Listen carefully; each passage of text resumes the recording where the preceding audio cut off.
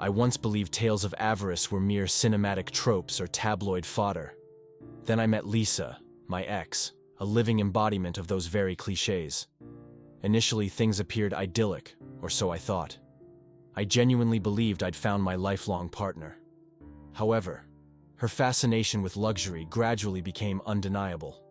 She craved upscale holidays, designer clothing, the latest gadgets, all things beyond our means without incurring significant debt. Nevertheless, I was prepared to make sacrifices, hoping love could conquer her insatiable desires. Embark on this captivating narrative now. If you're a loyal viewer and wish to support our efforts in creating more engaging content, please show your appreciation by liking this video. Let's delve into the story.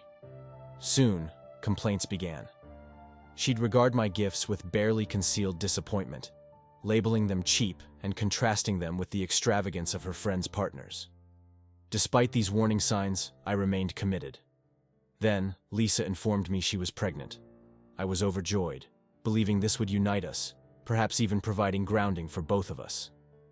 Yet, one evening, returning home early, I overheard a conversation that irrevocably altered everything. Entering our room quietly to change, I heard Lisa and her friend Jessica laughing in the kitchen.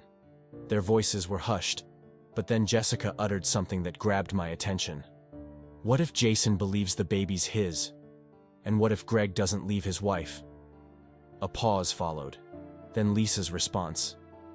If Greg divorces his wife, I'll tell Jason the truth. But if he doesn't, Jason will simply have to believe the baby's his. Jessica chuckled, adding, "Girl, you really went all in with Greg, huh?" I froze as Lisa replied, "Honestly, I couldn't stand it anymore. I took the risk. I couldn't stand using protection with him anymore. Greg's different. He makes me feel alive." At that instant, my heart sank. I felt sick, utterly betrayed. Taking a deep breath, I entered the kitchen, making my presence known. The blood drained from Lisa's face, and Jessica's eyes widened. Silence ensued before Jessica mumbled an excuse and hastily departed. "What's going on here, Lisa?" My voice was calm, but the underlying anger was evident.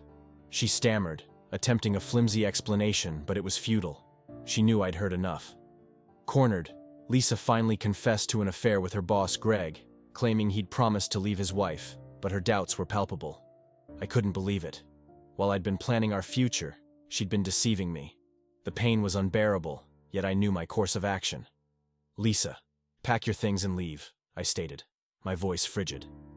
Since the apartment and car were solely mine, and we weren't married, the separation was swift. Within a month, we were completely severed. I cut off all contact, focused on my career, and eventually began to feel like I had a second chance at life. It was challenging initially, but I gradually moved on. Then, unexpectedly, 4 months later, Lisa reappeared. I found her waiting in my office one afternoon, visibly pregnant and tearful. "Jason, please, I made a mistake," she began, attempting remorse. "I'm carrying your baby." "I can't believe your nerve," I retorted, unfazed. "You seemed rather certain it was Greg's when you were chatting with Jessica." She tried to explain, claiming hormonal imbalances and poor judgment. "Can't we try to work this out?" I looked her directly in the eye. "Lisa, if you cared, you wouldn't have done what you did, and now you expect me to trust you again?"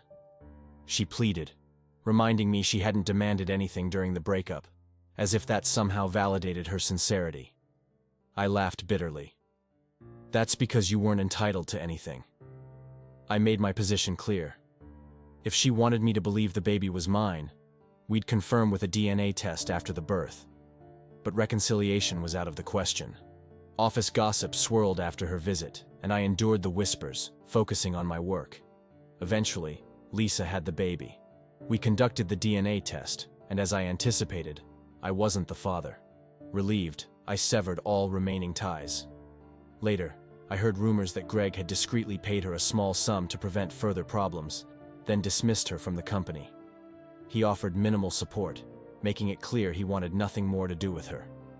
Lisa's life subsequently declined, but I had no interest in following her story further. Not long afterward, I met someone new, a kind and genuine woman, and we started a family of our own. Looking back, I realized that even our darkest experiences can unexpectedly lead to happiness. What are your thoughts on Lisa's actions? Do you believe Jason made the right choice? Would you have handled the situation differently? Share your thoughts in the comments below. If you found this story moving, please give it a thumbs up and share it with your friends. Don't miss our next heartwarming video, which you can find on your screen now. Subscribe to the channel so you never miss an update, and until next time.